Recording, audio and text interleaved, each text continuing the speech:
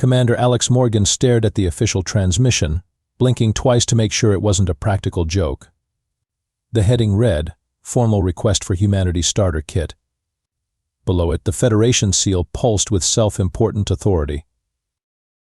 "Jenkins, please tell me you're seeing this too," Morgan said to the ship's AI.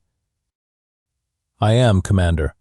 The Galactic Federation of United Species has officially requested a comprehensive introduction package to human civilization. They're calling it a Humanity Starter Kit. Quite flattering, if you ask me." Morgan snorted. "Flattering isn't the word I'd use. Suspicious, maybe." Humanity had been part of the Federation for exactly 3 standard galactic months, just long enough for everyone to realize that humans were the equivalent of that one weird cousin nobody wants to invite to family gatherings but somehow shows up anyway. Their exact words are, "To better integrate your species into our 10,000-year-old cooperative, we require a representative sampling of human culture, achievements, habits, and societal norms." Jenkins's voice took on the pompous tone it always used when quoting Federation documents. Morgan leaned back in the captain's chair, boots propped on the console. Translation: "We have no idea what to make of you weird bipeds. Please explain yourselves before we classify you as a galactic menace." The transmission had come directly from Ambassador Krell, the tall, multi-limbed diplomat who'd overseen Earth's admission to the Federation. Morgan had spent enough time with Krell to know that the ambassador's rigid exoskeleton was matched only by his rigid adherence to protocol. "They've assigned us 3 weeks to compile and deliver this kit. Apparently it's standard procedure for all new member species." Jenkins displayed a list of previous starter kits from other species.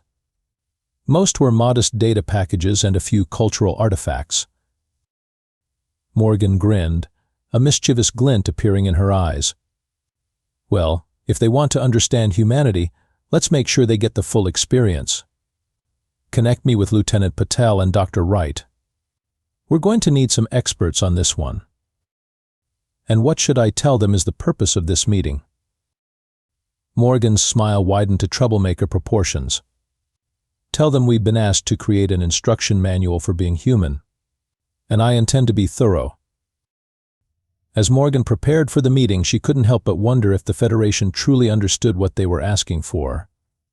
Humanity hadn't survived and thrived by being predictable or easily categorized. If Ambassador Krell wanted a starter kit, he was about to get a whole lot more than he bargained for. Lieutenant Raj Patel arrived first at the conference room, arms laden with actual physical books, a rarity in this digital age. "History texts," he explained, dropping them on the table with a satisfying thud. "I'm thinking we start with the Renaissance and work our way forward. Maybe throw in some ancient Greece for context." Dr. Eliza Wright entered next, her wild curly hair seemingly defying artificial gravity. "History? Please. If we're representing humanity, we need anthropology, sociology, and psychology. The Federation needs to understand why we do the things we do, not just what we've done." "What things are those, exactly?" Morgan asked, amused by the immediate academic turf war. "Our contradictions," Wright said, passion lighting up her face. "We create beautiful art while waging terrible wars. We can be incredibly altruistic to strangers yet argue with loved ones over nothing. We develop nuclear weapons and kitten memes in the same century." Jenkins's blue holographic form flickered to life above the table. "Speaking of memes, I've compiled the top 1 million internet phenomena from the last century. Should I include all versions of Cat Wants Cheeseburger?" Morgan pinched the bridge of her nose. "Maybe we need to step back. What exactly does a starter kit entail? What physical objects should we include?" Patel's eyes lit up. "Food. Every human culture expresses itself through cuisine." "Music," Wright added. "From classical to whatever that noise was in the 2020s. "Sports equipment," Jenkins suggested, though explaining cricket might require its own separate kit. For the next 3 hours, the team debated what truly represented humanity. The list grew from reasonable to ridiculous and back again. Morgan eventually had to establish some ground rules. "Okay, I'm vetoing the inclusion of actual weapons," she said after Patel suggested a samurai sword would be culturally significant. "What about a Swiss Army knife?" Wright countered. "It's practical, versatile, and shows our love of solving multiple problems with one tool." Morgan nodded. "That works." By the end of the day, they had filled 3 cargo containers with items. Container 1 held cultural artifacts, books, music recordings, art replicas, film archives, and an embarrassingly thorough collection of internet culture explained in painstaking detail. Container 2 contained what Wright called human experience items, foods from every continent, with appropriate climate-controlled storage, sports equipment, musical instruments, clothing from different eras, and even a full-sized roller coaster, disassembled for shipping. The third container was Morgan's personal addition, a collection of human contradictions, military recruitment posters alongside peace movement manifestos, diet books beside chocolate cake recipes, warning labels next to thrill-seeker equipment. This container, Morgan decided, was the most honest representation of humanity. Jenkins, catalog everything and prepare it for transport, Morgan instructed. And make sure there's a warning label on the hot sauce collection. I don't want a diplomatic incident because some 4-armed ambassador didn't realize habaneros are weapons grade in some jurisdictions. Should I include warning labels for the concept of sarcasm as well? Jenkins asked with digital innocence. Morgan laughed. No, I think we'll let them discover that one naturally. It's more fun that way. Dr. Wright looked over their inventory with a mix of pride and concern. Do you think this is too much? The Zentari starter kit was just a crystal containing their collective poetry and scientific achievements. Morgan grinned. The Federation asked for humans. They're getting humans complicated, contradictory, and completely overwhelming. Just as nature intended. Federation headquarters hovered like a gleaming snowflake in orbit around the neutral planet Concordia. Its elegant spires and crystalline domes represented 10 millennia of cooperative galactic governance, a system that had functioned smoothly until humanity's recent admission. Ambassador Krell stood in the grand receiving bay, his 4 arms clasped formally behind his back, antennae twitching with anticipation. Beside him, his assistant Voxtel was making notes on a holographic clipboard. The human delegation is 2 minutes late, Voxtel observed disapprovingly. Actually, Krell corrected, they are 3 minutes early according to their own timekeeping. Remember, they have not yet fully adapted to Galactic Standard Time. How inefficient, Voxtel muttered. Their conversation was interrupted by the arrival of a transport vessel significantly larger than protocol dictated for delivery of cultural exchange materials. That cannot possibly be, Krell began, but was interrupted by the ship's docking clamps engaging with a resounding thud that reverberated through the bay. The vessel's doors opened to reveal Commander Morgan, grinning like someone who had just played the perfect practical joke. Behind her stood Lieutenant Patel and Dr. Wright, alongside a parade of hovering cargo containers. Ambassador Krell. Morgan called out cheerfully. One humanity starter kit, as requested. Krell's exoskeleton seemed to pale slightly. Commander, there appears to be some misunderstanding. We requested a standardized cultural package, not this. Morgan shrugged. This is standardized, for humans anyway.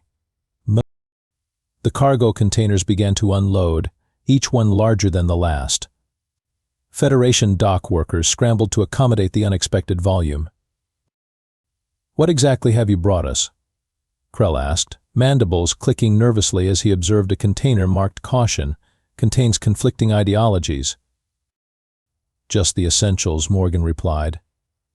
Art, literature, music, food, recreational activities, philosophical concepts, historical contexts, and what we call vibes.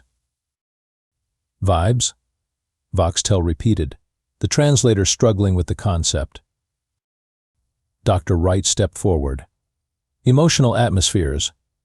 We brought some examples.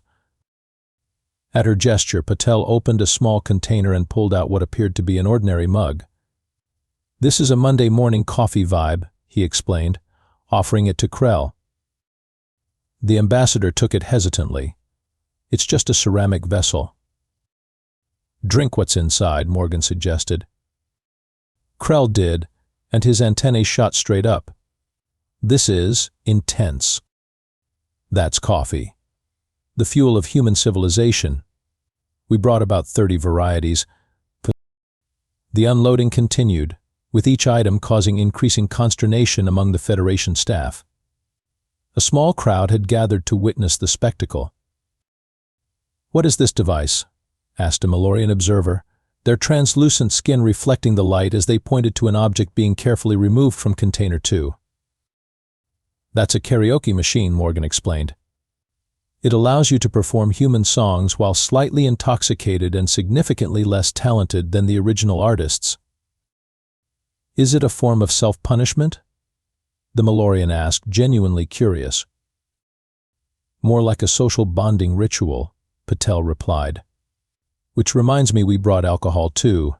For educational purposes, of course." Ambassador Krell was becoming visibly distressed. "Commander Morgan, the Federation Council was expecting a simple data package and perhaps a few representative artifacts, not an entire, what is this?" "That's a roller coaster," Morgan said proudly. "It simulates the fear of death without the inconvenience of actually dying. Humans love it." "You deliberately frighten yourselves? For enjoyment?" Voxtel looked horrified. "Wait until you see the horror movie collection," Wright muttered. By the time the unloading was complete, the grand receiving bay resembled a chaotic museum of human existence. Federation officials wandered among the displays with expressions ranging from disgust to fascination. Krell approached Morgan with what appeared to be resignation. "Commander, I must ask, is all of this truly necessary to understand humanity?" Morgan's smile softened slightly. "Ambassador, you asked for a starter kit. This is just the introduction. Being human is complicated, contradictory, and occasionally terrifying. But I promise you, it's never boring." "That," Krell said solemnly, "is what concerns us." 3 weeks after delivery of the Humanity Starter Kit, the first reports began trickling in. Morgan was enjoying a rare moment of peace when Jenkins interrupted with an urgent message. "Commander, we're receiving a priority transmission from Federation HQ. It's marked extremely urgent." Morgan sighed. "Put it through." Ambassador Krell's face appeared on screen, his normally composed features showing clear signs of distress. Behind him, the once pristine Federation office appeared to be in disarray. "Commander Morgan," Krell began, his voice strained. "We need to discuss certain developments." "Ambassador," Morgan replied innocently. "Is everything all right? You look a bit frazzled." "Frazzled? Frazzled?" Krell's antennae vibrated with intensity. "Do you have any idea what your starter kit has done to Federation headquarters?" As if on cue, a group of Draven officials, normally the most stoic and disciplined species in the Federation, rushed past Krell's office door, whooping loudly. One of them appeared to be riding an office chair down the corridor. "I see the Draven discovered coffee," Morgan observed. "Not just coffee," Krell hissed. "Energy drinks. They've been awake for 6 straight cycles, redesigning what they call the unnecessarily boring architecture of the council chambers." Morgan struggled to keep a straight face. "Well, they are quite talented architects when properly stimulated." "That's not all," Krell continued. "The Malorians have discovered your reality television archives. They're telepathic, Commander. Do you understand what happens when telepathic beings become invested in who is going to be voted off the island? They're forming factions." The camera shook as something crashed in the background. Krell briefly disappeared from view before returning, looking even more disheveled. "Was that an explosion?" Morgan asked with concern. The Zorblats discovered practical jokes. "They've filled the central ventilation system with something called glitter. It will take months to clean out." The Zorblats were the Federation's premier bureaucratic species, responsible for maintaining regulations across 17 sectors. The thought of them engaging in pranks was both horrifying and hilarious. "And the food," Krell continued. "Why did you include so many varieties of hot sauce?" The Veluxian ambassador consumed something called ghost pepper sauce and breathed fire. "Actual fire, Commander." Morgan nodded sympathetically. "There should have been a warning label." There was. It said, "Caution, really friggin' hot, bro with a skull and crossbones." The Veluxian thought it was a recommendation.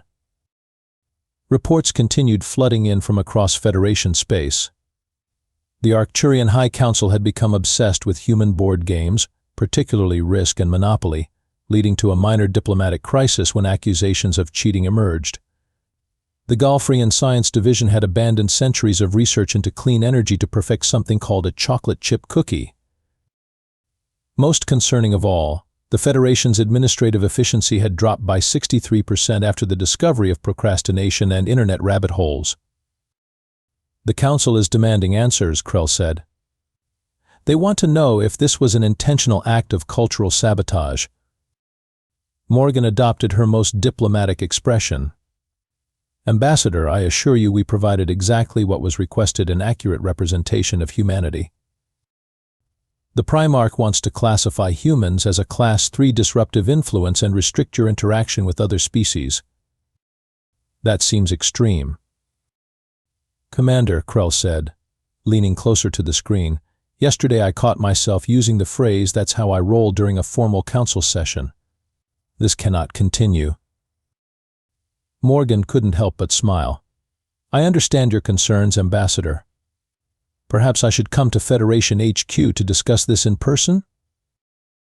"The Council has already summoned you. A formal hearing is scheduled for tomorrow." "I'll be there," Morgan promised. "And Ambassador? Maybe switch to decaf for a while." As the transmission ended, Lieutenant Patel poked his head into Morgan's office. "Trouble at the Federation?" Morgan grinned. "You could say that. Apparently humanity is contagious." "Should we be worried?" "Not at all. We're just getting started." The Federation Council chamber was designed to inspire awe, a vast circular room with seats rising in concentric rings around a central speaking platform. Representatives from over 300 species filled the chamber, their combined murmuring creating a symphony of alien languages. Morgan stood on the platform, resplendent in her formal diplomatic uniform. The Council Primarch, a towering, crystal-encrusted being named Zentor, glared down at her from the highest tier. "Commander Alexandra Morgan," Zentor's voice resonated through the chamber. "You stand before this council accused of cultural contamination, disruption of Federation protocols, and unauthorized distribution of Class 2 stimulants." "The coffee was clearly labeled," Morgan replied. A ripple of what might have been laughter or outrage, it was hard to tell, with some species circulated through the chamber. "This is no laughing matter, Commander," said Councillor Vrex, a reptilian diplomat known for his conservative views. "Since the introduction of your starter kit, Federation productivity has declined by 72%. The Draven Collective, once our most reliable members, have submitted a formal request to chill out and take a gap year." "And the Malorians," added another councillor. "They've begun broadcasting emotional responses to your soap operas on telepathic channels. I now know far too much about how Councillor Plex feels about someone called Dr. McDreamy." Councillor Plex, a Malorian, shifted uncomfortably in her seat. Morgan cleared her throat. "Distinguished councillors, humanity has shared its culture in good faith. If some aspects have proven disruptive, perhaps that speaks to needs that were already present in your societies." "Explain yourself," Zentor demanded. With respect, Primarch, the Federation prides itself on 10,000 years of stability and progress. But stability doesn't always equal fulfillment. Maybe some of your species were ready for a change. Ambassador Krell rose from his seat. Commander Morgan, are you suggesting that the disruption was intentional? Morgan met his gaze directly. No, Ambassador. I'm suggesting it was inevitable. Humanity doesn't fit neatly into categories. We're messy, contradictory, and always changing. That's our strength. Your strength? Counselor Vreck scoffed. The Zorblats have started an underground gambling ring betting on whose bureaucratic proposal will be approved first. Yesterday they were taking bets on whether the Primarch's robe was midnight blue or navy. The Primarch looked down at his robe with sudden self-consciousness. It's clearly indigo, Morgan muttered, then quickly continued. Counselors, may I ask a question? Why exactly did you request a humanity starter kit? An uncomfortable silence fell over the chamber. Finally, Ambassador Krell spoke. The Federation Council wished to better understand human thought patterns and behaviors in order to anticipate potential issues. You mean control us, Morgan said simply. Guide. Krell corrected. Guide your species toward more productive integration with galactic society. Morgan turned slowly, addressing the entire chamber. And how's that working out for you? More silence, punctuated by what sounded suspiciously like a Draven snickering. Here's what I think, Morgan continued. I think you've spent 10 millennia creating the perfect galactic society. Stable, predictable, safe, and then humans showed up messy, emotional, creative, and completely unpredictable. We terrified you. Preposterous. Zentor declared, but without much conviction. So you requested a starter kit to understand us, hoping to find our weaknesses, our pattern, our easy classification. But there isn't one. And what's really frightening you now isn't that we're disruptive, it's that your own people kind of like it. A murmur ran through the assembly. The Draven aren't just hyper on coffee, they're experiencing spontaneity for the first time in generations. The Malorians aren't just watching soap operas, they're exploring emotional expression. Even the Zorblats are discovering there's more to life than regulations. Morgan stepped forward, her voice growing passionate. Humanity isn't perfect. We make mistakes, countless, sometimes terrible mistakes. But we learn, we adapt, we change. We embrace the chaos of existence and find beauty in it. That's what we brought to your Federation, not disruption, but evolution. The chamber erupted in a mixture of applause and outraged objections. Zentor raised all 4 of his limbs for silence.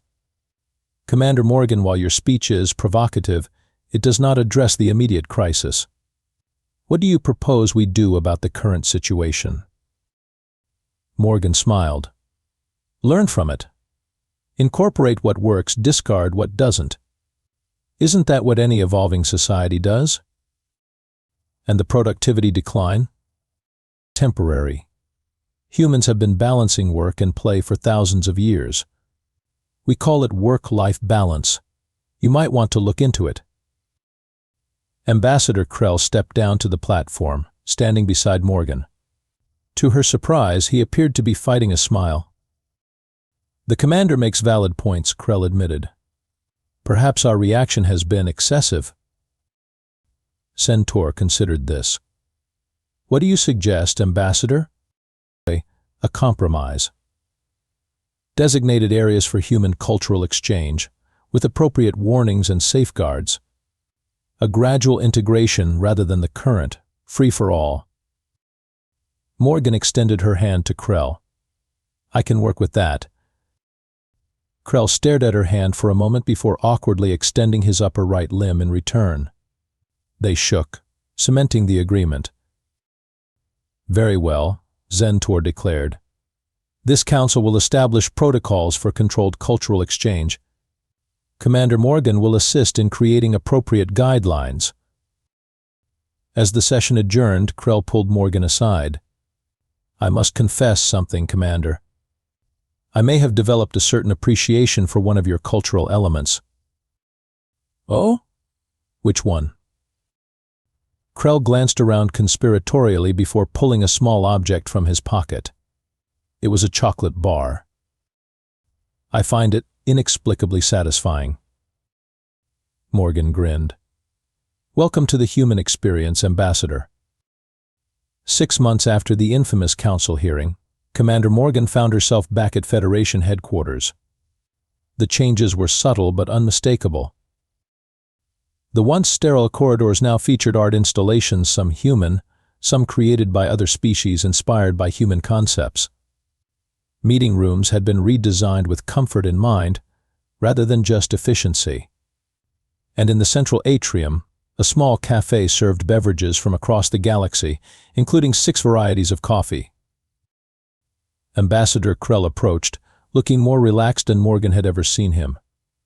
His formal diplomatic robes had been subtly modified with what appeared to be pockets of distinctly human innovation. Commander Morgan, welcome back, he greeted her, performing a perfect human handshake. I trust your journey was pleasant? It was, thank you. I see things have changed around here. Krell nodded. The controlled cultural exchange zones have been quite successful. We've found that containing human influence to designated areas creates a healthy balance. As he spoke, a group of Malorian diplomats walked by, engrossed in animated conversation about what sounded suspiciously like a sporting event. Morgan raised an eyebrow. And how's that containment working out? Less effectively than anticipated, Krell admitted. But the Council has accepted that some cultural cross-pollination is inevitable. We're adapting. That's very human of you. Please don't tell the Primarch I said this, but that's becoming less of an insult and more of a compliment in certain circles. They walked through the headquarters toward the newly established Human Cultural Center, originally intended as a quarantine zone for dangerous human concepts, now one of the most popular destinations in the complex. The Federation has existed for 10 millennia through careful management of change, Krell said thoughtfully. We believed stability was the highest virtue. Now I wonder if we had become too static. Change doesn't have to be threatening, Morgan replied. It can be invigorating. Indeed. Though I maintain that hot sauce eating contest crossed the line from invigoration into madness. Morgan laughed. Fair enough. They reached the cultural center, where representatives from dozens of species were engaging with human art, music, literature, and games. In one corner, a Draven chef was experimenting with combining their traditional cuisine with human cooking techniques. In another, a group was engaged in what appeared to be an impromptu theater performance. We've established similar centers on 12 Federation worlds, Krell said with undisguised pride. All carefully managed, of course. Of course, Morgan agreed, watching as a dignified Zorblat elder attempted to teach a human diplomatic aide a traditional dance, while nearby Zorblat youngsters were demonstrating the Macarena to their friends. But the Council has a message for Earth's government, Krell said, becoming more formal. While the introduction of human culture has presented challenges, it has also brought unexpected benefits. The Federation formally acknowledges humanity's unique contribution to our collective future. That sounds suspiciously like a thank you. Don't push your luck, Commander. But Krell's antennae twitched in what Morgan now recognized as amusement. As they parted ways, Morgan took one last look around the vibrant cultural exchange. Humanity had found its place in the galaxy not by conforming to 10,000 years of tradition, but by being unapologetically, chaotically human. Back on her ship, Jenkins greeted her with news. Commander, you've received 17 new requests from Federation species. Let me guess. More starter kits? Yes, they specifically ask for the full human experience, warning labels included. Morgan leaned back in her chair, smiling at the irony. The Federation had wanted to understand humanity in order to control it. only to discover that the truly human thing to do was to embrace the uncontrollable. Jenkins, prepare a response. Tell them we'd be delighted to share our culture, but we should warn them side effects may include spontaneous dancing, inappropriate laughter, philosophical existential crises, and the inexplicable desire to explore the unknown. And shall I include the standard disclaimer about humanity? Morgan grinned. Absolutely. Results may vary. No refunds or exchanges. Humanity comes as is beautiful, messy, and guaranteed to change everything.